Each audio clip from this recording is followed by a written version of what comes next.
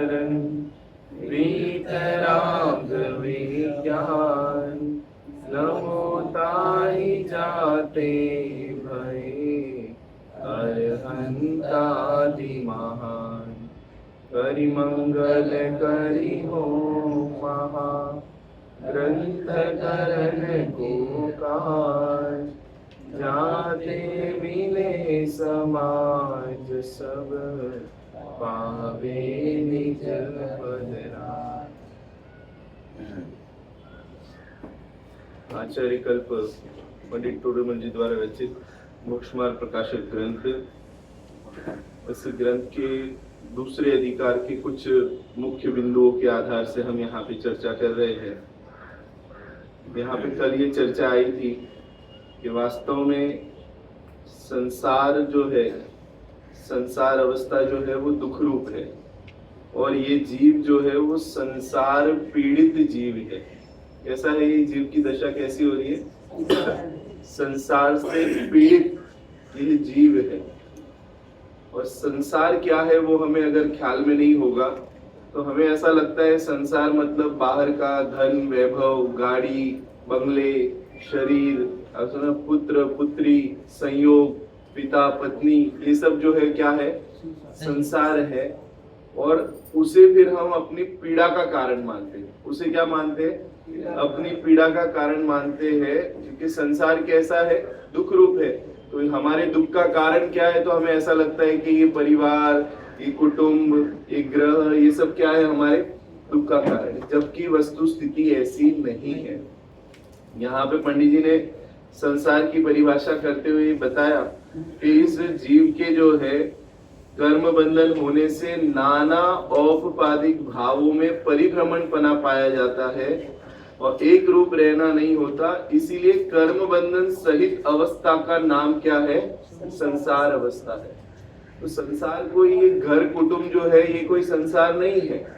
संसार वास्तव में इस जीव को जो अनादि से कर्म बंधन है, उस कर्म के उदय से होने वाले जो नाना औपपादिक भाव है, जिसमें कर्म की उपाधि क्या होती है? लागू पड़ती है।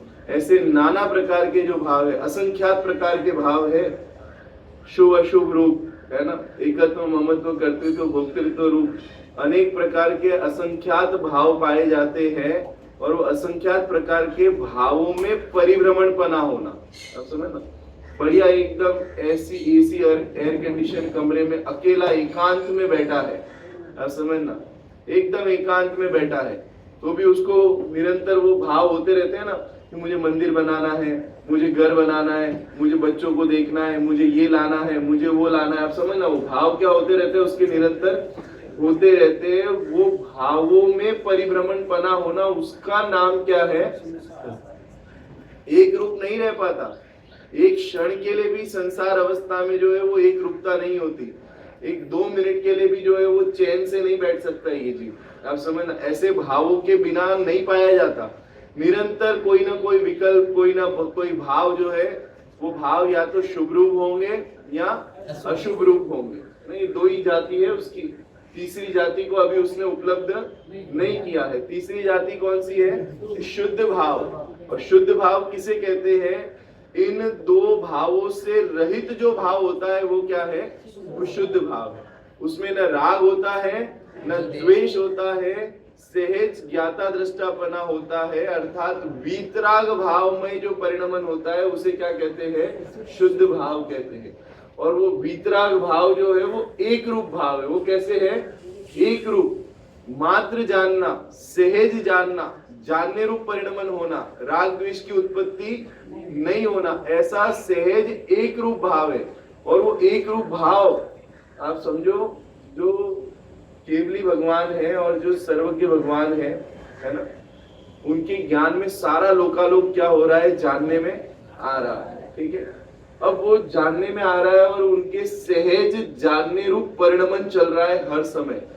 उनके क्या नहीं हो रहा कि हर समय जानने रूप परिणमन तो हो रहा है, लेकिन उन्हें राग द्वेष की उत्पत्ति नहीं हो रही। एक रूप भाव कांस्टेंट, कितने टाइम तक?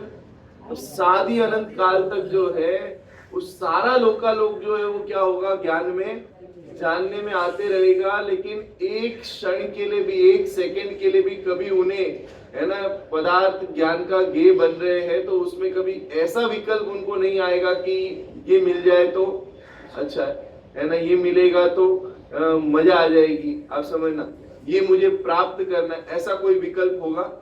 और ये ऐसा जो विकल्प हो रहा है ये क्या है? ये संसार है। क्या संसार है? बात पकड़ में आ रही है? वहां पे वो एक रूप भाव है उनके। अब उन्होंने वितरागता अर्थात राग द्वेष से रहित जो भाव है उसे क्या कहते हैं?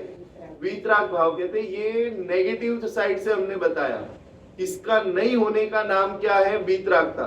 तो होता क्या है? इस सहज ज्ञाता दृष्टापना होता है। क्या होता है? जानने देखने रूप परिणमन होता है, और जानना देखना जीव का क्या है? स्वभाव है। ख्याल में आ रही बात? वो एक रूप भाव है। वो कैसा भाव है? हर परिस्थिति में जानने देखने वाला रहना, अर्थात मैं जानने देखने वाला हूं ऐसा उसमें अपनापन करके जानने देखने रूप परिणमन होना, कर्तापने की बुद्धि नहीं होना, भोक्तापने की बुद्धि नहीं होना। देखो क्या होना और क्या नहीं होना, ये दोनों बात महत्वपूर्ण है कि क्या होता है और क्या नहीं। पर में एकत्व बुद्धि नहीं होती, कर्तापने की बुद्धि नहीं होती, भोक्तापने की बुद्धि नहीं होती, मेरेपने की बुद्धि नहीं होती, अच्छे बुरे की बुद्धि नहीं होती, क्रोध नहीं होता, मान नहीं होता, मायाचारी नहीं होती, लोभ नहीं होती। ये सब नहीं होना, नहीं होना, नहीं होना, है ना। तो होता क्या है? नहीं होने की लिस्ट बहुत लंबी है, आप समझना कितनी है कि असंख्यात प्रकार के भाव है ना। नान कर्म के उदय से इस जीव को असंख्य प्रकार के क्या होते हैं? भाव होते हैं। तो नहीं होने की लिस्ट तो कितनी है? असंख्यात है। ख्याल में आ रही बात? और होता क्या है? कि होता है सहज जानना देखना। होना क्या है? एक ही सहज जानने देखने रूप जो परिणमन होता है वो होता है। और क्या नहीं होता? कि कर्तापने की बुद्धि नहीं होती, भोक्तापने की बुद्धि नहीं होती, क्रोध नहीं होता, मान नहीं होता, मायाचारी नहीं होती, लोभ नहीं होता, हास्य नहीं होता। हास्य होता है भगवान को? हसमुख होते हैं हमारे भगवान? हास्य क्या है? कषाय है, आप समझ ना। हास्य, रति, अरति, शोक नहीं होता उनको, भय नहीं होता, जुगुप्सा नहीं होती, स्त्री वेद नहीं है, पुरुष वेद नहीं है, नपुंसक वेद नहीं है। अब ये वेद रूप परिणाम उनके नहीं पाए जाते। उन्हें कोई भोजन लेने का भाव नहीं होता, उन्हें कोई क्षुधा नहीं लगती, उन्हें कोई तृषा नहीं लगती, आप समझना। ऐसा उनका जो संयोग में जो देह है ना, वो देह भी कैसा हो गया है? परम औदारिक है। कैसा है? परम औदारिक। मतलब जैसे हमारे संयोग में जो अभी औदारिक देह है, ये भी कैसा है? औदारिक है। और वो कैसा है? वो परम औदारिक है। तो हमारे पर देह के अंतर्गत जो ऐसा है कि भोजन करने की अंदर में क्या होती है? इच्छा होती है, और शरीर को जो है वो भोजन का क्या होता है? ग्रहण करने का, है ना, शरीर की पुष्टता, शरीर का जो है ना निरोगीपना जो है उसमें भोजन करने का जो है वो व्यवस्था उसमें चाहिए। ख्याल में आ रही बात? लेकिन उनका देह जो संयोग में है उसमें उसकी भी आवश्यकता नहीं। बिना आहार के, बिना प्यास, है ना, बिना पानी के जो है उनका जो वो देह जो है वो जवान जोत बना रहता है। संयोग में जो देह है ना, उस देह में किसी भी प्रकार का कोई रोग नहीं होता। अभी देखो आप कितनी लंबी आयु होती है। सिमंदर परमात्मा जो है उनका कितना? 1 कोटि पूर्व की आयु। अब वो जो देह है उनकी 1 कोटि पूर्व तक न कोई आहार है, न कोई निहार है, कोई व्यवस्था नहीं है, फिर भी उनका देह जो है वो कैसा बना रहता है? संयोग में वैसा का वैसा बना रहता है। वो परम औदारिक देह है। ख्याल में आई बात? तो ऐसी व्यवस्था है। तो कुल मिला के मैं ये बताना चाहता हूं कि आप इसको पहचानने का प्रयास करो कि संसार क्या है वास्तव में। ये जो नाना औपाधिक कर्म के उदय के निमित्त से होने वाले जो निरंतर भाव हो रहे हैं, वो भाव ही वास्तव में क्या है? संसार है। और देखो उन भावों में हमें अपनापन होता है। क्या होता है? आप समझना, द्रव्य कर्म, भाव कर्म और नौ कर्म। ठीक है। द्रव्य कर्म किसे कहते हैं? जो कर्माण वर्गणा कर्म रूप से परिणमित होके जीव के साथ में एक क्षेत्रावगा संबंध को प्राप्त होती है उसे कहते हैं द्रव्य कर्म। ठीक है, और वो जो द्रव्य कर्म जिन भावों के निमित्त से, आप समझना, जिन भावों के निमित्त से जो राग द्वेष के हमारे परिणाम होते हैं, उन भावों के निमित्त से कर्म रूप परिणमित होके क्या होते हैं, अपने साथ में बनते हैं। तो हमारे जो भाव होते हैं वो भाव क्या है, भाव कर्म। वो भाव क्या है, भाव कर्म। और उसके साथ में जो ये शरीर और जो सारे संयोग है, ये सब क्या है, नौ कर्म। ये सब क्या है, नौ कर्म। ख्याल में आ रही बात? तो ये द्रव्य कर्म, भाव कर्म और नौ कर्म। ठीक है, अब इसमें जो ये नाना औपाधिक भावों में जो परिभ्रमणपना पाया जा रहा है, वास्तव में ये मूल संसार जो है वो ये है। अब इसका अभाव होवे तो हमें क्या हो जाए, मुक्ति हो जाए। लेकिन हमें निरंतर जो है ना, इस द्रव्य कर्म, भाव कर्म और नौ कर्म में क्या होते रहता है, अपनापन वर्तता है। अर्थात इसी को हम क्या करते हैं, अपने रूप मानते हैं। तो पूरे शास्त्रों में हमें ये आत्मा जो है वो द्रव्य कर्म, भाव कर्म और नौ कर्म से क्या है, रहित है। इस बात की जो है वो चर्चा हमें शास्त्र से सुनने को मिलती है। देखो, ये जो भाव होते हैं ना, ये भाव भी आत्मा के नहीं है और स्वभाव नहीं है। ऐसा क्यों कहा है ना? जैसे कल हमने उदाहरण के लिए लिया था कि अनादि से कर्म और जीव का जो है वो संबंध पाया जाता है। पहले जीव अलग था, कर्म अलग थे, और बाद में उनका संबंध हुआ हुआ, ऐसा तो नहीं। करेक्ट? ठीक है, अनादि से इन दोनों का क्या है, संबंध पाया जाता है। अब कोई शाम को नहीं आया होगा तो तकलीफ होगी, क्योंकि शाम को हमने ये सारी काफी चर्चा विस्तार से की है। तो एक उदाहरण दिया था हमने, मैं वो उदाहरण वापस से लेता हूँ तो उससे बातें स्पष्ट हो जाएगी। जैसे समझो खदान में है ना, सोना और मिट्टी दोनों जो है वो एक साथ ही पाए जाते हैं।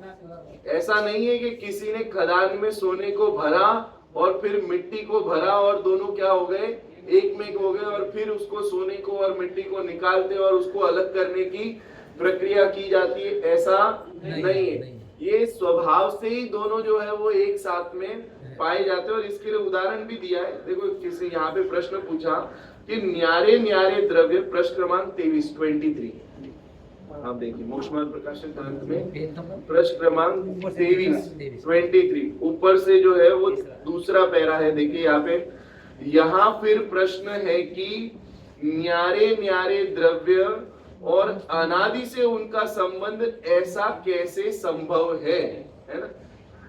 क्या कह रहे हैं प्रश्न?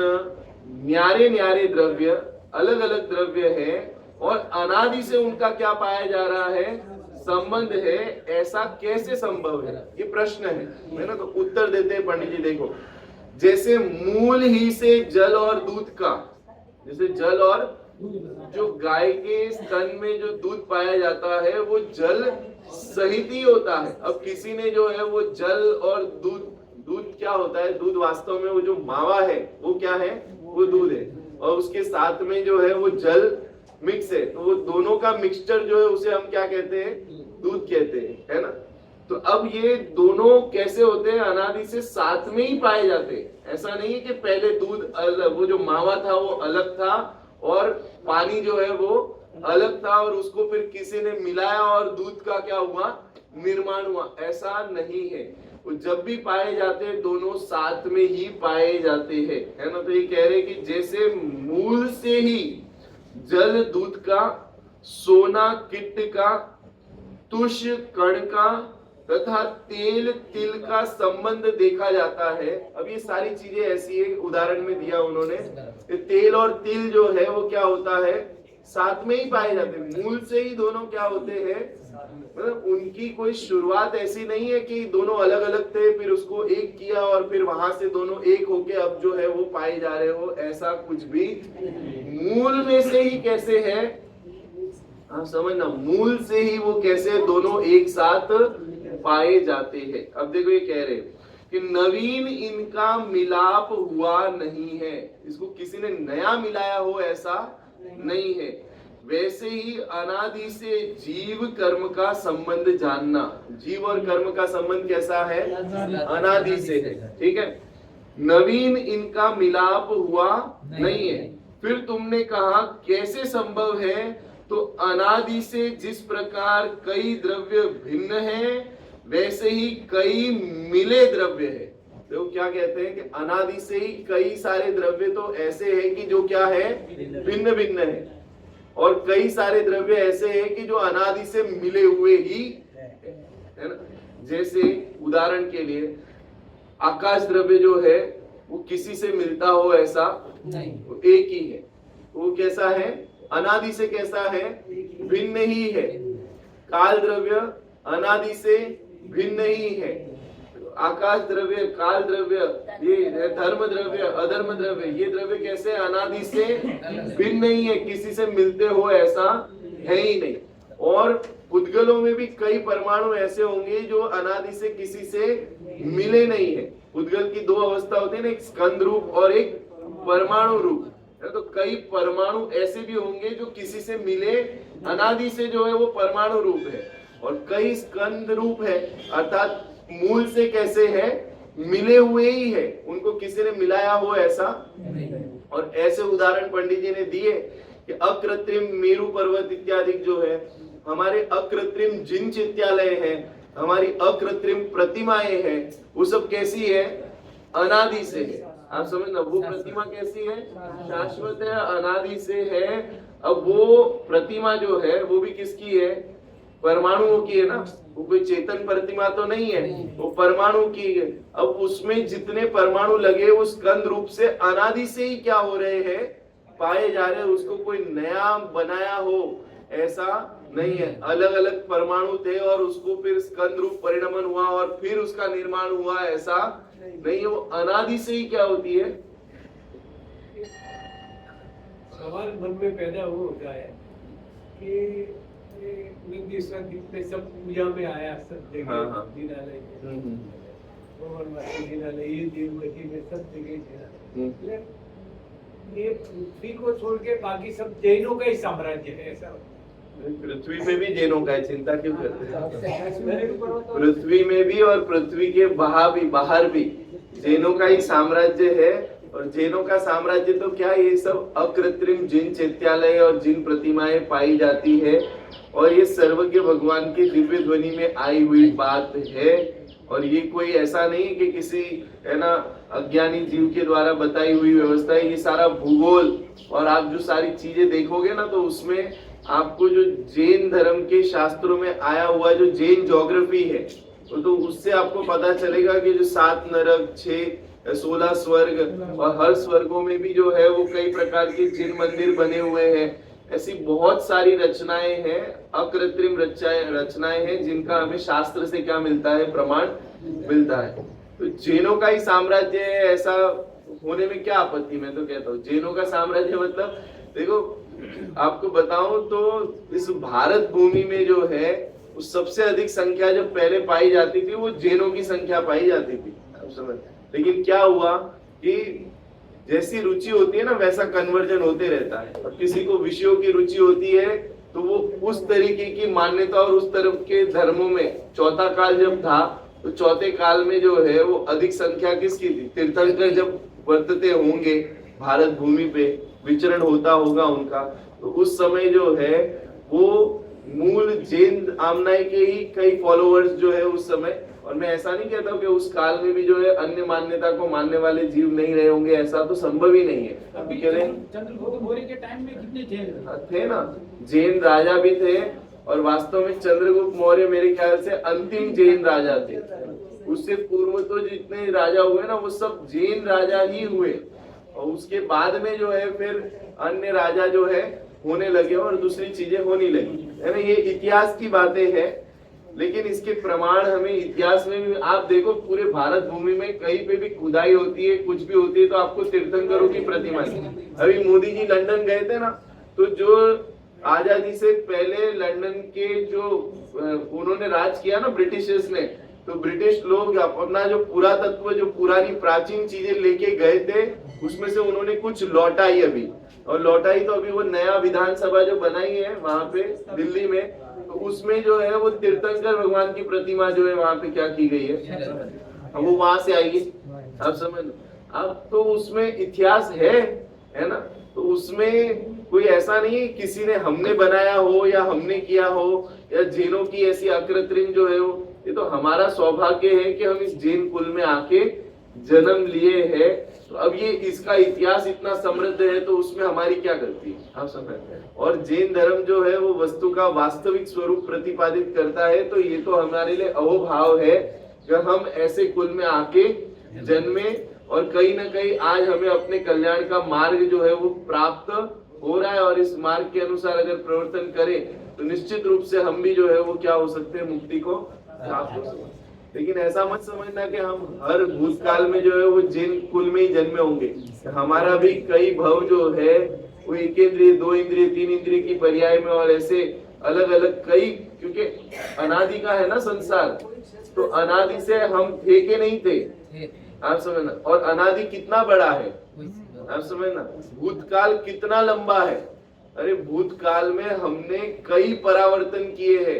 जब 5 परावर्तन की जब हम चर्चा सुनते हैं तो ऐसी ही व्यवस्था में हम पूर्व में भी जो है, मैं यहाँ पे प्रवचन करने आया था और आप ही सब जो है वो प्रवचन यहाँ पे सुनने के लिए, इसी उम्र इसी वो उसका पेट अभी मैं नहीं खोलना चाहता, लेकिन वो इतनी विस्तृत चर्चा है जब हमें ऐसा पता चलेगा कि ये ऐसा परावर्तन जो है वो 1 2 नहीं, अनादि से, मतलब कहाँ उसकी शुरुआत कहाँ है, खोजने जाओ भूतकाल में कितना लंबा काल है। अनादि से ऐसे कई परावर्तन इस जीव ने किए हैं, और देखो ये चलते ही रहने वाला है, ये प्रोसेस कभी अंत आने वाला नहीं है ना। ये काल परिवर्तन और ये जो सारा संसार जो है और मोक्ष में जाने की व्यवस्था और निगोद से निकलने का क्रम, ये सब जो है वो क्या है, नक्की है, और ये होते ही चले जाएगा, होते ही रहेगा। हमारा जब मोक्ष जाने का नक्की होगा उस दिन हम भी क्या हो जाएंगे, मुक्ति को प्राप्त। बट जब होंगे तो इस विधि से होंगे, आप समझना, अन्य कोई विधि नहीं। एक होए तृण काल मा परमारत्नो पंथ, मतलब एक ही उपाय है कि जब भी जीव मुक्ति को प्राप्त होगा तो उसे अपने स्वभाव में अपनापन आएगा, उसकी पर्याय में वीतरागता उत्पन्न होगी, राग द्वेष का अभाव होगा, कर्म बंधनों से रहित होगा, और रहित होके जो है वो क्या होगा, मुक्ति को प्राप्त होगा। प्रोसेस यही है, इसकी विधि यही है। अन्य कोई विधि से है ना साध्य की सिद्धि हो जाएगी ऐसा संभव नहीं है। तो अभी हम उस विधि को ही क्या कर रहे हैं, समझ रहे। और देखो ये सब क्रम में होता है, मतलब 5 लब्धि पूर्वक ही क्या होगा, कोई भी कार्य होगा वो कैसा होगा, 5 समवाय पूर्वक ही, 5 लब्धि पूर्वक सम्यक दर्शन जो है वो 5 लब्धि पूर्वक ही जो है इस जीव को प्रकट होगी। कोई भी कार्य होगा वो 5 समवाय पूर्वक ही होगा। इस वस्तु के नियम को, वस्तु के क्रम को तोड़ते हुए कोई क्रिया हो जाएगी या कोई है ना व्यवस्था हो जाएगी, ऐसा नहीं। जो एक चीज मैं और कहता हूँ, ये जो इतना सारा परिणमनशील जगत हमें जो ज्ञान में जानने में आ रहा है, और इतनी सारे परिणमन होती हुई है ना चीजें हमारे ज्ञान का गेय बनती है, तो कोई उसके कारण से जानने से भ्रम हो जाता है, मैं ये नहीं कहना चाहता, लेकिन हमारे अंदर में मैं जानने वाला तत्व हूं ना, ऐसा मेरा निश्चय नहीं है ना, इसलिए मुझे निरंतर ये भ्रम होते रहता है कि ये इतना सारा परिणमन हो रहा है तो कोई ना कोई तो इसका क्या होगा, करता। आप समझ, जैन दर्शन और अन्य दर्शन में जो मूल सिद्धांतिक डिफरेंस है वो इस चीज का है। और देखो अन्य दर्शन जो है और जैन दर्शन, इस दो में मूल अंतर ये है कि जैन धर्म जो है वो वस्तु का स्वरूप है, ठीक है, और उस वस्तु के स्वरूप को है ना सर्वज्ञ भगवान ने क्या किया है, जाना है, और उनके निमित्त पने में दिव्य ध्वनि जो है वो क्या हुई है, गिरी है, और हम तक ये बात आई है, ऐसी व्यवस्था है, ठीक है।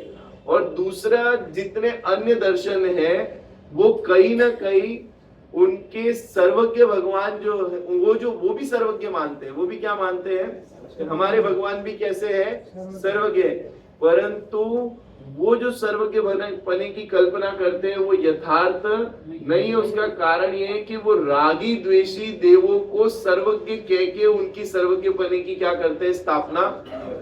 करते हैं, जबकि वो वास्तविक नहीं है।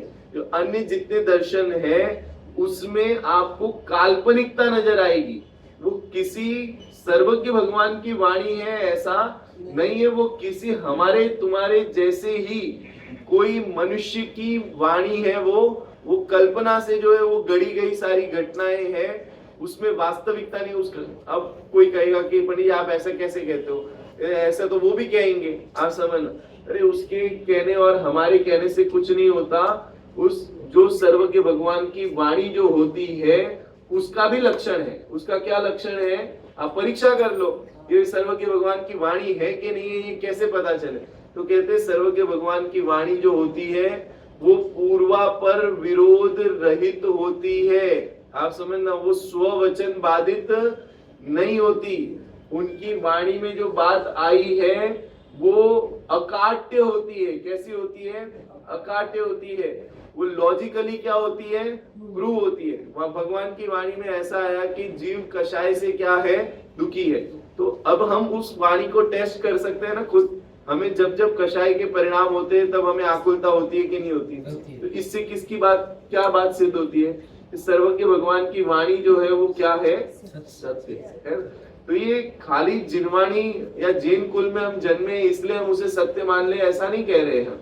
ये कह रहे हैं कि लॉजिकली और वस्तु का स्वरूप भी जो है उसी रूप से होता हुआ नजर आता है ना। इसमें आत्मा का स्वरूप जानने देखने रूप बताया है, तो बोलो जानने देखने रूप परिणमन हमारा हो रहा है कि नहीं हो रहा है। हम जानने देखने वाले हैं, जानने देखने वाला जीव है, ऐसा ये सिद्ध होता है कि नहीं होता है। तो ये सारी जिनवाणी की जितनी बातें हैं उसमें कहीं पे भी पूर्वापर विरोध आता हुआ नजर आता है क्या, कि कोई विरोध नजर आता नहीं है। इससे ये बात सत्य सिद्ध होती है कि ये वाणी किसकी है, सर्वज्ञ की है।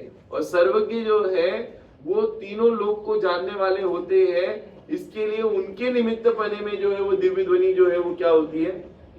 इसीलिए आप समझना कि देव शास्त्र गुरु का निर्णय होना जो है वो बहुत महत्वपूर्ण है, क्योंकि उनकी श्रद्धा के बिना जो है हमें आत्म श्रद्धा होना जो है वो संभव नहीं है। क्यों के लिए पूरे मोक्ष मार्ग की श्रद्धा जो हमें करनी है वो किसके वाणी के बल पे करनी है, आप समझ। उस सर्वज्ञ भगवान ने जो वाणी बताई है उसके बल पे हमें अपना क्या करना है, निर्णय करना है। मैं बार बार कहता हूँ आत्मा प्रदेश प्रत्यक्ष तो जब इस जीव को केवल ज्ञान होगा तब होगा, लेकिन आत्मा का स्वरूप क्या है आज हमें जानना है। तो उसके लिए प्रामाणिक क्या है बताओ हमारे पास में, आगम प्रमाण है। क्या है, आगम भी क्या है, प्रमाण है। और इस आगम की प्रामाणिकता किससे है, सर्वज्ञ भगवान से है। इसलिए सर्वज्ञ भगवान आधार स्तंभ है। अगर सर्वज्ञ के स्वरूप में अगर हमें शंका है, देव के स्वरूप में शंका है, तो सम्यक दर्शन होना जो है वो तीन काल में संभव नहीं है। क्योंकि उन्हीं के कहते हैं ना वाणी के आधार पे हमारा क्या होना है, निर्णय होना है। अब आप समझना, पूरी दुनिया में से अपनापन छोड़ के हमें अपने आत्म स्वरूप पे अपनापन आना है। अब ये किसकी वाणी के बल पे करना है हमें, आप समझ कितना बड़ा कार्य हो रहा है। आप समझ, एक घर को छोड़ने का अगर निर्णय करना हो है ना, तो नहीं हो सकता। कोई अगर प्रामाणिक पुरुष नहीं हो बोलने वाला तो है ना, कभी कभी होता है ना कि भाई तुम छोड़ दो, है ना, मैं कह रहा हूं ना तुम छोड़ दो, तुम्हें मैं तुम्हारा हक दिला के रहूंगा। अगर वो व्यक्ति प्रामाणिक हो तो हम क्या करते हैं, कभी कभी ऐसा होता है ना, दो बच्चों में झगड़ा हो जाती है, लड़ाई हो जाती है, तो लड़ते कि ये मेरा है, ये मेरा है, ये मेरा है, मेरा है। तो तीसरा कोई एक प्रामाणिक पुरुष बीच में आए, वो कहे कि दोनों क्या करो, इस वस्तु को यहीं पे छोड़ दो, मैं उसका योग्य निर्णय करके जो है जिसकी है उसको क्या करूंगा। आप समझ, वो दोनों व्यक्ति जो वस्तु को छोड़ते हैं ना, वो तभी छोड़ते हैं जब उन्हें ऐसा भरोसा आए कि ये जो निर्णय करेंगे वो क्या होंगे, सही निर्णय करेंगे, तो वो दोनों जन क्या है वो छोड़ेंगे। ख्याल में आ रही बात। अगर उनको चित्त में ऐसा हो कि नहीं नहीं ये कौन होते हैं, आप समझ, तो वो कभी छोड़ेंगे नहीं और वो क्या होते रहेंगे, लड़ते झगड़ते रहेंगे, खींचातानी करते रहेंगे। आप समझ, तो सर्वज्ञ भगवान सच्चे भी है और अच्छे भी है। उसका रीजन ये कि उनके राग द्वेष नहीं है। आप समझ, तो वो क्यों उनकी वाणी में कोई झूठ कथन या ऐसे कथन आएंगे या पक्षपात करने वाले कथन होंगे, ऐसा उनकी वाणी में संभव ही नहीं। आप समझ ना, ये सर्वज्ञ का स्वरूप ही ऐसा है। तो केवली भगवान जो है ना, उसका स्वरूप ही ऐसा है, और ऐसे केवली भगवान के निमित्त पने में ही जो है वो क्या होती है, दिव्य ध्वनि खिलती है। देखो वस्तु का स्वरूप कैसा है कि सहज निमित्त नैमित्तिक पने का योग है केवली भगवान के और दिव्य ध्वनि का। ऐसे किसी की भी दिव्य ध्वनि खिलने लग जाती हो, ओंकार में वाणी खिलने लग जाती हो, ऐसा वस्तु का। और ये किसने बनाया, ये व्यवस्था ही ऐसी है। और देखो तीर्थंकर कहते हैं उन्हें, क्या कहते हैं, तीर्थंकर कहते हैं। वो स्वयं धर्म तीर्थ की क्या है, प्रवर्तक है। हर चौथे काल में जो है ऐसे 24 तीर्थंकर होते हैं, और जिनके माध्यम से मुक्ति का मार्ग क्या होता है इस विश्व में, विश्व व्यवस्था में जो है वो प्रस्फुटित होता है। तीर्थंकरों के निमित्त से जो है वो मुक्ति का मार्ग क्या होता है, पूरे विश्व में प्रस्फुटित होता है। अर्थात लोगों तक ये बात जाती है, आम जनता तक मोक्ष का मार्ग जो है वो पहुंचता है, और उसमें से कई 608 जीव जो है वो निरंतर क्या होते हैं, मुक्ति को प्राप्त होते रहते हैं। ऐसे इस पूरी विश्व व्यवस्था में ये व्यवस्था भी जो है वो अनादि से क्या हो रही है, चल रही है, और अनंत काल तक चलते रहेगी।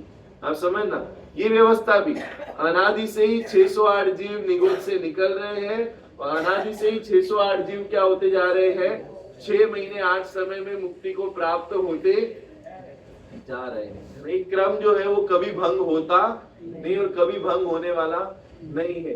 भूतकाल में कई 24 हो गई, और भविष्य में भी कई 24 होगी, है ना। ऐसे ही जो विदेश क्षेत्र है वहां पे 20 हमेशा विद्यमान 20 तीर्थंकर रहते हैं। कितने विद्यमान 20 तीर्थंकर रहते हैं। सिमंदर नाम वही रहता है, और जीव क्या होते रहते हैं, चेंज होते रहते हैं। आप समझ नहीं, और वहां पे हमेशा क्या होता है, चौथा काल बना रहे। तो ऐसी व्यवस्था है, विश्व व्यवस्था है। अब कोई कहे कि इसको किसने बनाया, तो किसी ने नहीं बनाया। इस विश्व में बनाने वाला द्रव्य ही नहीं है। आप समझना, किसी द्रव्य में किसी चीज की, देखो जो कार्य हो रहा है ना, उस जाति का गुण तो होना चाहिए ना। आप समझना, उद्गल द्रव्य में करने का गुण है, नहीं।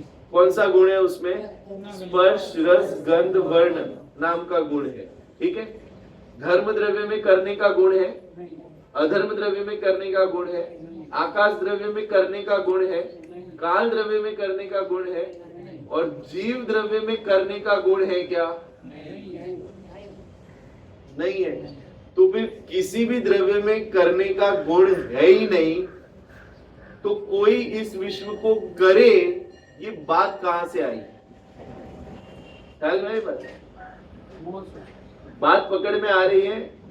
अरे प्रत्येक द्रव्य में पर्याय स्वभाव है। क्या है, पर्याय स्वभाव है। और पर्याय का स्वभाव क्या है कि गुणों के आश्रय से क्या होती है, पर्याय होती है। गुणों के परिणमन को क्या कहते हैं, पर्याय कहते हैं। और प्रत्येक द्रव्य का परिणमन करने का स्वभाव उसके स्वयं में क्या है, विद्यमान है, और परिणमने के लिए उसे किसी अन्य की सहायता की अपेक्षा नहीं है। 6 द्रव्य में आप समझना, हर एक द्रव्य में क्या है, परिणमने की योग्यता पाई जाती है, और अपनी उस योग्यता से वो हर समय क्या हो रहा है, परिणम ही रहा है, परिणम रहा है। प्रत्येक द्रव्य क्या हो रहा है, परिणमन कर रहा है कि नहीं कर रहा है। हर समय उसकी एक एक समय उसकी क्या हो रही है, परिवर्तनशील जगत है ये, हर समय परिणम रहा है, और जैसा है वैसा कायम रहते हुए परिणम रहा है। आप समझ, एक ही द्रव्य में 2 स्वभाव है, एक तो द्रव्य स्वभाव और एक है पर्याय स्वभाव। कि द्रव्य स्वभाव का मतलब ये है कि उसमें जितने अनंत गुण थे उतने के ही उतने अनंत गुण वही का वही कायम ही वैसा का वैसा क्या होता है, बना रहता है, और वैसा का वैसा बना रहते हुए हर समय क्या कर रहा है, परिणमन। ख्याल में आ रही बात।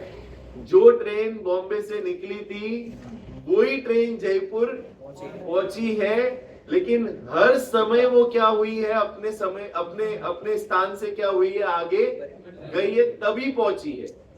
अगर समझना, अगर वही ट्रेन नहीं होती, वही डब्बा नहीं होता, तो यहां से निकली हुई ट्रेन जयपुर में हमको मिलती नहीं। आप समझना, और हम यहाँ पे बैठे और हम वही के वही वहां पे हम पहुंचे हैं। लेकिन वहां पे पहुंचने पर भी हर समय क्या हुआ है, वो अपने स्थान से क्या हुई है, आगे गई है तो जयपुर पहुंची। अगर आगे जाने का, काल के प्रवाह में द्रव्य का परिणमनशीलपना अगर नहीं हो तो द्रव्य क्या हो जाएगा, नष्ट हो जाएगा, खंडित हो जाएगा। आप समझना, अगर द्रव्य में परिणमन स्वभाव नहीं हो, आप समझना, तो अभी 10 बजे जो है वो द्रव्य परिणमा, और उसके बाद में अगर 10:01 पे अगर द्रव्य का परिणमन नहीं हुआ तो वो 11 बज गई घड़ी में, और द्रव्य कहाँ पे अटका हुआ है, 10 बजे पे अटका हुआ है। तो ऐसा कोई द्रव्य है, मुझे लाके बताओ कि काल तो अभी चल रहा है ना, कौन सा काल चल रहा है, अभी 2025 चल रहा है, और कोई द्रव्य अभी जो है वो 2020 में या 1947 में अटका हुआ है। ऐसा कोई द्रव्य है क्या? हाँ, अरे वो द्रव्य में ही परिणमने की और परिणमते हुए भी वही का वही कायमी रहने का दोनों स्वभाव उसमें क्या है, विद्यमान है। इसे कहते हैं उत्पाद व्यय द्रव्य युक्तम। तो उत्पाद व्यय और द्रव्य त्रिलक्षणी पर्याय है, और इससे युक्त जो है वो सत द्रव्य लक्षण, और वो सत जो है, सतपना जो द्रव्य का क्या है, लक्षण है। मतलब उसमें द्रव्य स्वभाव भी है, पर्याय स्वभाव भी है, हर समय परिणम भी रहा है, परिणम रहा है, परंतु ऐसा नहीं है कि जीव परिणम के पुद्गल हो जाएगा, पुद्गल परिणम के जीव हो जाएगा। ऐसा परिणमन कभी होता, जो जैसा द्रव्य है उसी द्रव्य रूप से वो क्या होता है, जीव जीव रूप रहता है, पुद्गल पुद्गल रूप रहता है, धर्म द्रव्य रूप रहता है, आकाश द्रव्य। ऐसे ही 6 द्रव्य जो है, 6 द्रव्य की जाति, और जितने अनंत द्रव्य है वो कायमी बने रहते हैं। इस संसार में कोई एक नया द्रव्य उत्पन्न नहीं होता, न एक द्रव्य कभी नष्ट होता है। बोलो, उत्पन्न कैसे हुए? उत्पन्न करने की किसी के अंदर शक्ति है कि नहीं है?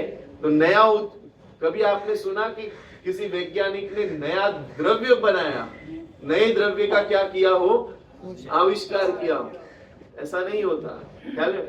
और किसी द्रव्य का क्या कर दिया हो, नाश, ऐसा संभव ही नहीं है। मारीची का जीव, उससे भूतकाल की पर्याय और फिर निगोद से निकले, और अभी भी वो द्रव्य जो है वो अनंत अवस्था को प्राप्त होके, महावीर की पर्याय में केवल ज्ञान को प्राप्त होके अभी सिद्धालय में क्या है, विराजमान। किसी द्रव्य का नाश हुआ है क्या?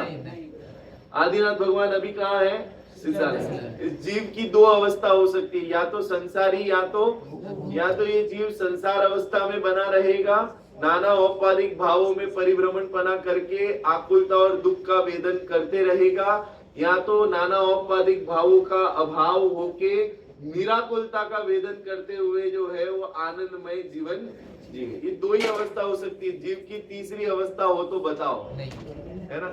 या तो दुख रूप अवस्था में रहेगा, या तो सुख रूप अवस्था में। परंतु यहाँ पे देखो, दुख में रहना कौन चाहता है? कोई नहीं चाहता। क्यों? क्योंकि दुख रूप रहना इस जीव का स्वभाव नहीं है। वास्तव में जीव का और इस आत्मद्रव्य का स्वभाव क्या है? इस सुख रूप रहने का इसका क्या है? स्वभाव है। और उस स्वभाव के अनुरूप पुरुषार्थ करे तो निश्चित रूप से पर्याय में क्या होती है ना, दुख की अवस्था मिट के सुख रूप अवस्था जो है वो प्रकट होती है, और सादी अनंत काल के लिए जो है फिर क्या होते हैं, सुखी होके रहेंगे। अब जितने सिद्ध में चले गए, सिद्ध हो गए, अब उनका क्या होगा? कभी कभी ऐसा लगता है इस जीव को, सिद्ध हो जाएंगे फिर क्या, फिर क्या?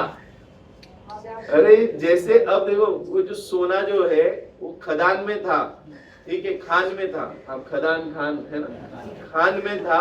अब वो खान में से सोना निकला, उसकी अशुद्धि से उसको है ना 16 ताव दिए, 16 ताव देके अब वो क्या हो गया, शुद्ध सोना बन गया। वो बिस्किट के फॉर्म में आ गया। अब बताओ अब क्या, अब क्या होगा?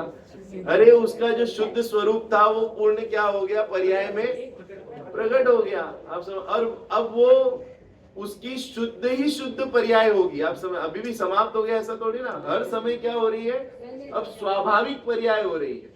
क्या हो रही है उसकी, वो अब उसकी मिली जुली वाली पर्याय क्या हो गई। ऐसे ही हमारे भगवान ने क्या आश्चर्य किया है पता है, उन्होंने व्यय बिना का उत्पाद किया है। अब जो उत्पाद किया है ना वो कैसा किया है, प्रवचन सार की गाथा है। व्यय बिना का उत्पाद मतलब अब जो उन्हें है ना उस जो सिद्ध अवस्था का जो उत्पाद हुआ है अब उसका कभी व्यय होने वाला नहीं। ख्याल में आ रही बात। और उन्होंने संसार का ऐसा व्यय किया है कि अब संसार का भी कभी उत्पाद होने वाला नहीं। ख्याल में आ रही बात। तो ऐसा अब हो गया ना, अब वो उनकी जो वास्तविक स्वरूप था वो क्या हो गया पर्याय में। अब क्या, तो कहते हैं कि वो अब ऐसी परिपूर्णता की प्राप्ति हो गई कि उसके बाद में करना कुछ न रहा। अब हो गया, अब शुद्ध हो गया वो द्रव्य। अब क्या करना है, अब उसके कुछ करने का अवसर, करना वरना तो कुछ होता ही नहीं है दुनिया में। अब उस द्रव्य ने अपनी परिपूर्ण अवस्था को क्या कर लिया है, स्वयं ने प्राप्त कर लिया है। अब उसके आगे होने के लिए कुछ बाकी ही नहीं रहा। जो था वो सर्वस्व जो है वो क्या हो गया है, उनकी पर्याय में प्रकट। उनका पूर्ण वैभव जो है वो अनंत दर्शन, अनंत ज्ञान, अनंत सुख, अनंत वीर्य जो है वो पर्याय में प्रकट हो गया है। इसके लिए फिर कहते हैं कि रहिए अनंतानंत काल। कितना, अब रहिए प्रभु आप अनंतानंत काल तक रहिए, यथा तथा शिव, अब जैसे हो वैसे यथा तथा शिव परिणय, मतलब अब इस मुक्ति रूपी अवस्था में जो है आप अनंत काल के लिए अब जो है वो क्या करो, निवास। अब ये ऐसी व्यवस्था है पूरी। अब आपको मैं कुल मिला के बताना चाह रहा हूँ कि संसार क्या है ये पकड़ में आ रहा है। संसार पत्नी बच्चे गाड़ी बंगला नहीं है। संसार वास्तव में हमारे कर्म बंधन सहित कर्म उदय से जो नाना परिणाम होते हैं ना, जो भाव होते हैं, शुभाशुभ भाव होते हैं, वो भाव वास्तव में क्या है, संसार है। अब कोई पूछे कि ये कर्म का और जीव के संबंध कब से हुआ है, तो कहते हैं अनादि से, किसी ने कराया हो ऐसा नहीं है। आप तो हमें ये बताओ कि ऐसा होने पर भी, नाना औपाधिक भाव होने पर भी क्या जीव का स्वभाव कभी नाश हुआ, तो कहते नहीं। कर्म का कितना ही उदय रहा, कैसे ही परिणाम हुए, तो जीव ने अपने जानने देखने के स्वभाव को त्यागा कभी, तो कहते नहीं। खदान में कितने ही काल तक सोना पड़ा रहा। देखो अभी मैं आपको एक बात कहता हूँ कि आज भी खान में कई सोना जो है वो क्या है, पड़ा हुआ है, आज तक निकला ही नहीं है। आज तक निकला ही, एक बार के लिए भी नहीं निकला है। निगोद में कई जीव ऐसे विद्यमान हैं जो निगोद से आज तक कभी निकले ही नहीं है। मेरू पर्वत के नीचे भी बहुत सोना है। हाँ, मेरू पर्वत के नीचे भी बहुत सोना है, समित शिखर के नीचे भी बहुत सोना है ना। ख्याल में अब समझना, मैं ये कह रहा हूँ कि आज तक वो सोना क्या हुआ है, वहां से निकला ही नहीं। लेकिन मैं ये पूछना चाहता हूँ, मैंने क्यों ये आपके सामने रखा कि वो आज तक नहीं निकले, तो भी वो जो आज तक निगोद से नहीं निकले हैं वो, और आज तक खान में से वो सोना नहीं निकला है, वो भी क्या उसने अपने स्वर्णत्व के गुण को त्याग दिया? नहीं। क्या त्याग हो जाएगा? क्या उसका अभाव हो जाएगा? ख्याल में नहीं होता। इसलिए जीव मंगल है ऐसा कहा जाता है। इसकी धवला की गाथा है, जीव को क्या कहा, मंगल कहा। क्यों? क्योंकि लिए उसने अपने स्वरूप, कोई द्रव्य अपने स्वरूप को छोड़ता ही नहीं। वो कितने ही काल तक मिट्टी सहित रहे उससे कुछ फर्क पड़ता नहीं है। बस इतना ही है कि जिस दिन वो उसमें से निकलेगा और वो अपने को शुद्ध 24 कैरेट के रूप में क्या हो पाएगा, उपलब्ध हो जाएगा। अब ख्याल में आ रही बात। अब ऐसे ही कई जीव निगोद अवस्था में थे, आज हम सोचो उस खान में से क्या हुए हैं, निकले हुए हैं। आज हम यहाँ पे मनुष्य पर्याय में है, निगोद अवस्था में नहीं है। इसका मतलब हम खान में से क्या है, निकले हुए द्रव्य है। आप समझना। अब ये द्रव्य जो है पुरुषार्थ पूर्वक अब इसकी है ना मुक्त होने की अवस्था होने की क्या है संभावना है, क्योंकि खान से निकले है ना, तो इसकी अगर 16 ताप दिया जाए उस सोने को तो उसकी सारी अशुद्धियां क्या होवे, अलग हो जाए। जो उसका वास्तविक स्वभाव अलग क्या होता है मालूम है, जो उसका नहीं है वही क्या होता है अलग किया जा सकता है, और उसी के अलग करने की चर्चा है। आप समझना, तो क्रोध को छोड़ने का, क्रोध में अपना तो बुद्धि छोड़ने के लिए कहते हैं, तो हमें ऐसा नहीं लगना चाहिए अरे ये तो मेरा स्वभाव छुड़ा रहे हैं। आप समझना, हमने इन क्रोधाधिक भाव को क्या कर रखा है, अपना स्वभाव मान के रखा है, और यहाँ पे हमें अपना वास्तविक स्वभाव क्या किया जा रहा है ना। वो मिट्टी के साथ में वो स्वर्ण कण है, तो जो पारखी नहीं होता ना, उसे ऐसा लगता है कि कहाँ सोना है, कहाँ सोना है ना। मुझे तो क्या दिख रहा है, मिट्टी है, ये सब मिट्टी है, लेकिन वो पारखी उसे क्या करता है, पारखी किसे कहते हैं कि जो स्वर्ण के गुण को, अब जरा सा उसमें वो पीला सा कण कोई चमके और पारखी हो तो उसे तुरंत वहां पे रहा हुआ पूरे सोने का क्या हो जाता है, ज्ञान हो जाता है कि नहीं हो जाता है। कैसे जाना उसने, उस स्वर्णत्व गुण से उसने पूरे स्वर्ण रूपी द्रव्य को क्या कर लिया, पकड़ लिया, जान लिया। आप समझना, ऐसे ही हम पारखी नहीं है, इसीलिए ज्ञान की प्रतिपल तरंगे उठ रही है और अपने चैतन्य स्वभाव को हम नहीं जान रहे। जबकि ज्ञान की प्रतिपल जो तरंग उठ रही है उससे किसकी सिद्धि हो रही है, हर समय अपने चैतन्य तत्व की हर समय क्या हो रही है, सिद्धि हो रही है। लेकिन है ना, अब वो मिट्टी को ही देखने वाला है ना, जिसे परख नहीं है, जो उसके स्वरूप को, सोने के स्वरूप को जानता नहीं है, उसे क्या दिखाई देता है, इसमें क्या है, तो मिट्टी है, मिट्टी है ना, मिट्टी है, उसे मिट्टी मिट्टी नजर आती है। आप समझ, उसको मिली जुली अवस्था जो है वो दिखाई देती है, उसको उसकी महिमा आती ही नहीं है। तो न वो बोली लेता है, न वो टेंडर भरता है, न वो खान जो उसके पास में कभी आ पाते। अब जो पारखी हो, जिसे उस स्वर्ण का मोल पता हो, जिसे पता है कि स्वर्ण क्या काम कर सकता है, स्वर्ण मेरी कैसे दरिद्रता दूर कर सकता है, और उसे इतना ख्याल में आ जाए कि इस खान में ऐसा कई स्वर्ण कण जो है इसमें क्या है, मौजूद है, इसकी उसे क्या आ जाए, परख आ जाए, तो वो इस भरोसे पे जाके क्या करता है, लाखों रुपए टेंडर के लिए क्या करता है, भरता है, पहले भरता है। आप समझना, हमें है ना अपने इस चैतन्य तत्व का भरोसा नहीं है, इसके लिए हम अपने उपयोग को, इसको समझने के लिए इन्वेस्ट नहीं करते। हमारा उपयोग कहाँ है, 5 इंद्रिय के विषय भोगों में हमने क्या कर रखा है, इन्वेस्टमेंट कर रखा है। किसका, अपने उपयोग का। आप समझ क्या किया हमने, उपयोग को है ना, खाने में, पिक्चर देखने में, बाहर घूमने में, वहां क्यों इन्वेस्ट किया है, क्योंकि हमें ऐसा भ्रम है कि वहां से क्या होगा, तो हमारा सारा उपयोग का इन्वेस्टमेंट कहाँ है, 24 घंटे हमारा कहाँ इन्वेस्टेड है, व्यापार, धंधे, स्त्री, पुत्र, मकान, जायदाद, और ये मानते हुए है ना, दोनों सारा ब्रह्म बुद्धि है ना, ये मैं हासिल कर सकता हूँ, मैं भोगूंगा, भोग के क्या होऊंगा, सुखी होऊंगा, मैं पूरी दुनिया को मेरे अनुसार क्या है चला सकता हूँ। ऐसे ब्रह्म बुद्धि पूर्वक अपने सारे उपयोग को हमने क्या कर दिया, वहां पे बाहर में 5 इंद्रिय के विषय भोगों में, उनकी उपलब्धि में इन्वेस्ट किया है। लेकिन इन्वेस्ट करने से भी वो मिलता हो ऐसा, इन्वेस्ट करने से भी हम उसी को जानने में, उसी की विद्या सीखने में लगे हुए रहे, तो भी उससे हमें कुछ मिल जाएगा ऐसा गारंटी नहीं है। मिलता तो पुण्य, मिलना मतलब बाहर में जो संयोग में आना भी होता है वो पुण्य प्रमाण ही होता है।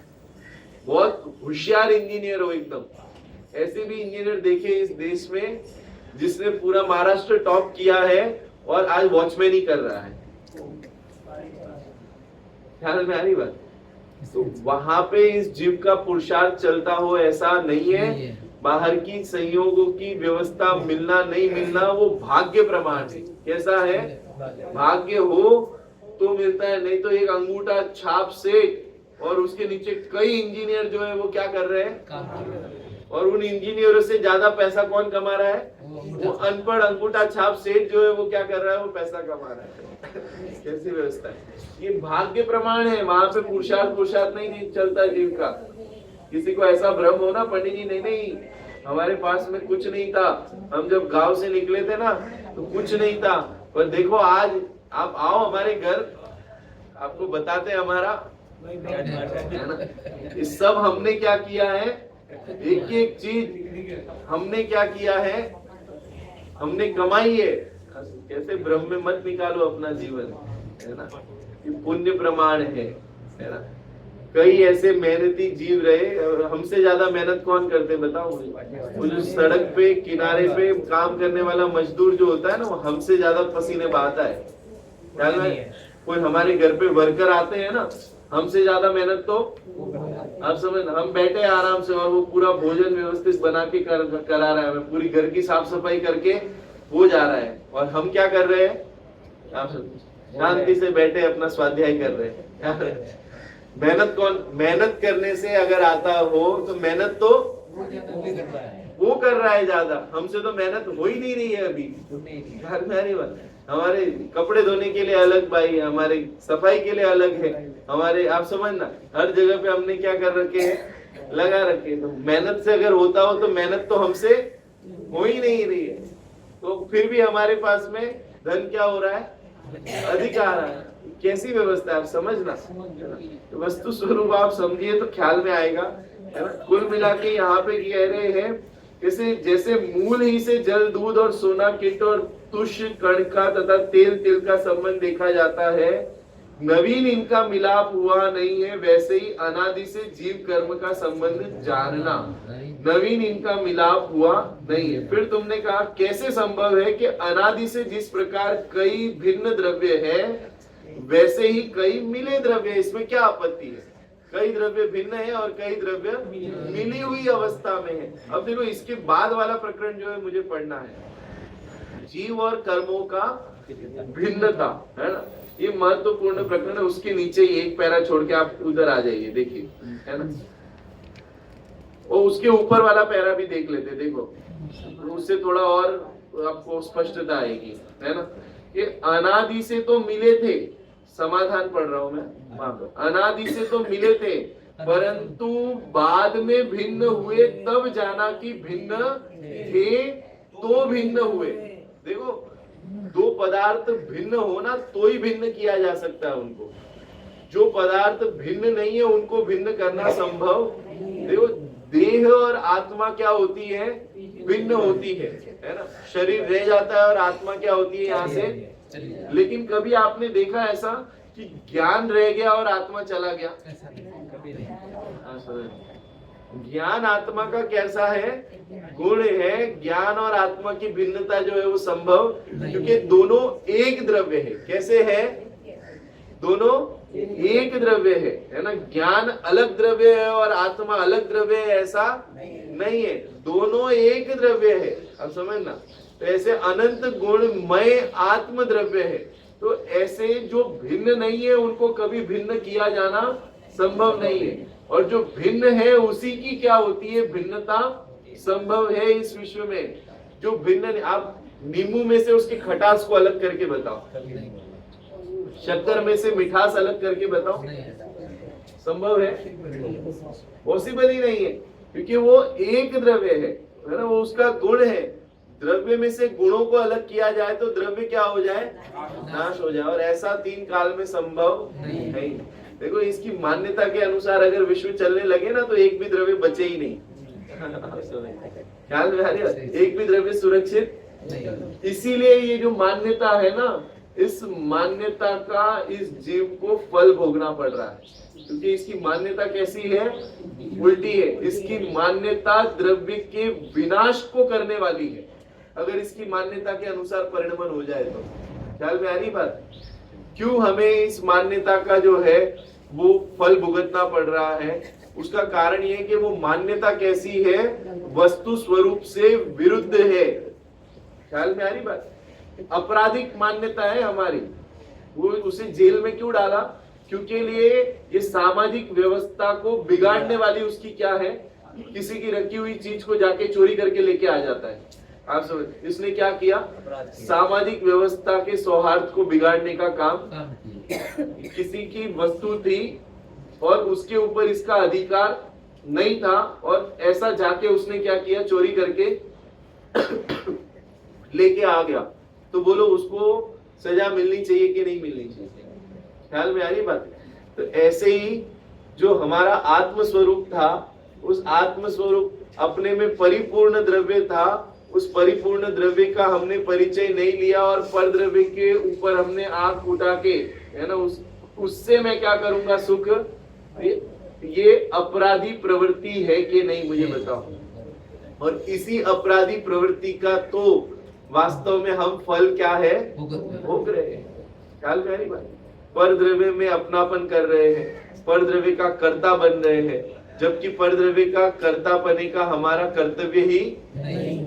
आप समझना, अगर हम पर द्रव्य के कर्ता बन गए बाई चांस, हमारी मान्य कल्पना ही है, होना तो है नहीं, है ना, पर एक बार विचार करके देखो कि इस कल्पना के अनुसार अगर पर द्रव्य का कर्ता हम हो गए, तो वो पर द्रव्य का परिणमन का क्या हाल होगा, ये सोचो आप।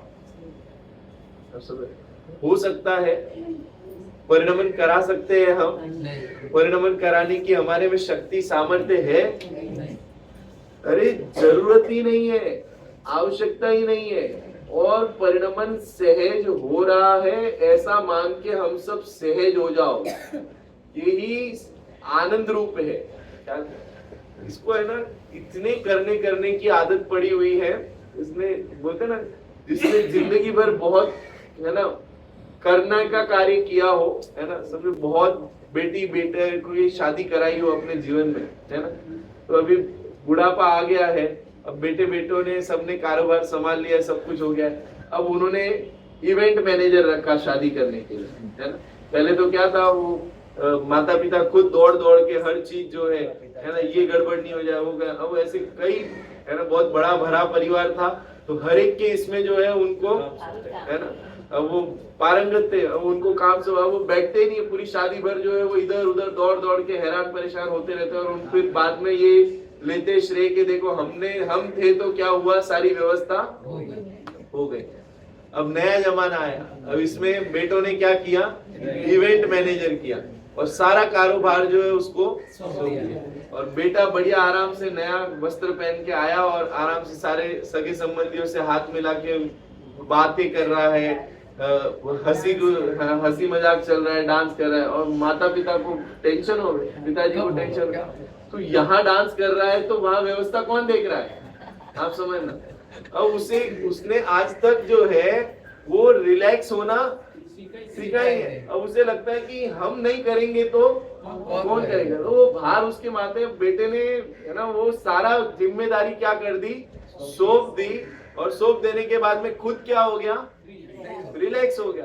ऐसे ही वास्तव में वस्तु का परिणमन जो होने की लायकात जो है वो उसी द्रव्य में क्या है, मौजूद है, आप समझना।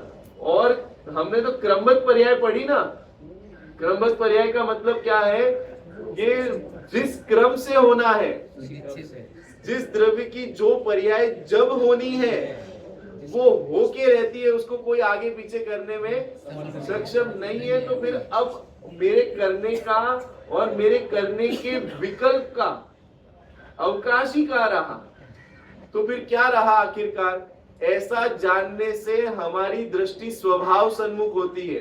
गुरुदेव जी ऐसा कहते हैं कि जिसे क्रमबद्ध पर्याय का भरोसा आता है उसकी दृष्टि स्वभाव सन्मुख होती है। क्यों स्वभाव सन्मुख होती है, कि जब ऐसा वस्तु का स्वरूप ख्याल में आया कि मेरे करने का और करने के विकल्प का कहीं पे कोई औचित्य ही नहीं है, मैं करने का मेरे में न तो सामर्थ्य है और करने का जो विकल्प है वो भी क्या है, निरर्थक है, तो ऐसे विकल्पों से पार होता हुआ क्या करता है कि सहज ज्ञाता दृष्टापने को क्या होता है, और सहज ज्ञाता दृष्टापने रूप परिणमन होना, ये स्वभाव की दृष्टि होना, ये स्वभाव रूप। ख्याल में नहीं, अभी भी समझ में नहीं आएगी चीजें, अभी भी ऐसा क्या होता है, बेटा कितना ही कहे, आखिर बेटा तो बेटा, और हम तो उसके क्या है तो वो बेटा कितना ही कहे कि पापा आप बैठ जाओ आराम से, आप मजे लो, है ना, कुछ करने की जरूरत नहीं है, सब क्या कर दिया है, सौंप दिया है, तो भी पिताजी नहीं नहीं तुझे क्या समझ में आता है, तूने क्या दुनिया देखी है, फिर भी वो पिताजी फिर भी क्या होते हैं, ये तो सारा कार्यक्रम क्या कर देगा, बिगाड़ देगा। तो पिताजी क्या होते रहते हैं, दौड़ दौड़ के मेहमान आए उधर भागे, इधर भागे, उधर भागे, और जहां जहां भागे वहां पे हर एक को कार्यक्रम सौंपा गया है, और वहां से वो कहे कि भाई आप जाओ, आप कौन हो, परेशान क्यों कर रहे हो, आप समझना। ख्याल में ऐसा ही होता है ना, आखिरकार जहाँ पे जा रहे हैं वहां पे व्यवस्थित काम चालू है, उनको संभालने वाले लोग बैठे हैं, आप समझना, तो वहां जाए तो वहां से भगाए, और फिर वो आखिरकार उसके बेटे को जाके कहे, है ना, वो मैनेजमेंट वाला जो रहेगा वो कहेगा कि भाई साहब ये कौन है, बार बार आके हमको क्या कर रहे हैं, डिस्टर्ब कर रहे हैं। तो बेटे को आखिरकार कहना पड़ता है भाई वो मेरे पिताजी है, उनको जो करना है उनको करने दो, अब क्या करे, उनको करने की क्या है।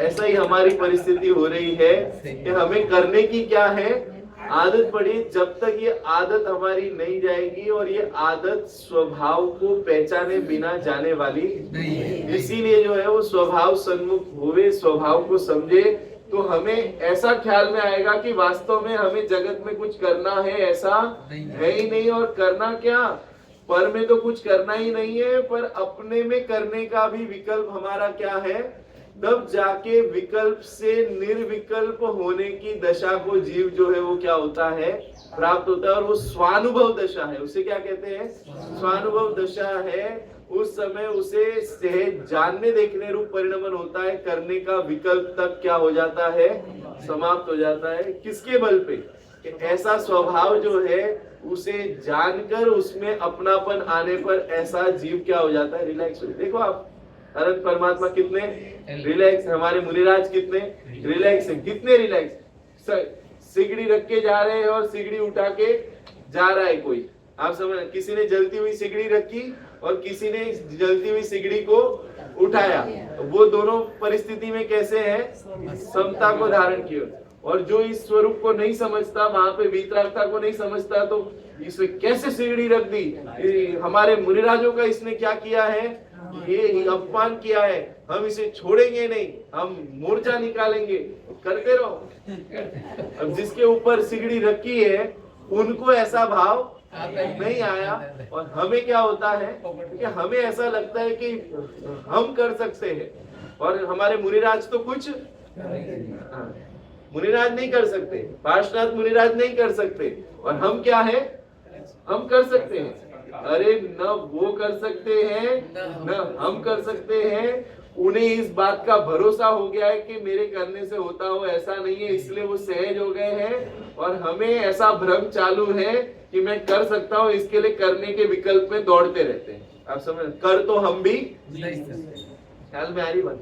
तो वस्तु स्वरूप ऐसा है ना, वास्तविक स्वरूप तो ऐसा ही है। ये अंतिम ये पैरा पढ़ना था लेकिन समय हो गया है, इसको रात्रि में हम चर्चा में लेंगे। थोड़ा सा पुरुषार्थ से मोक्ष की प्राप्ति का जो प्रकरण है उसमें से थोड़ा सा विषय लूंगा, और थोड़ा सा रहस्य पूर्ण चिट्ठी का जो विषय है आज रात्रि में, इस पूरे समग्र अष्टानिका पर्व में जो हमारी चर्चा हुई है उसको हम कंक्लूड करेंगे आज रात्रि के प्रवचन। इसके लिए दिन में जो आ रहे हैं वो रात्रि में आवे, ऐसा मेरा कहना है, नहीं तो उससे हम चूक जाएंगे। एक 5 मिनट भेजो, 5 मिनट थोड़ा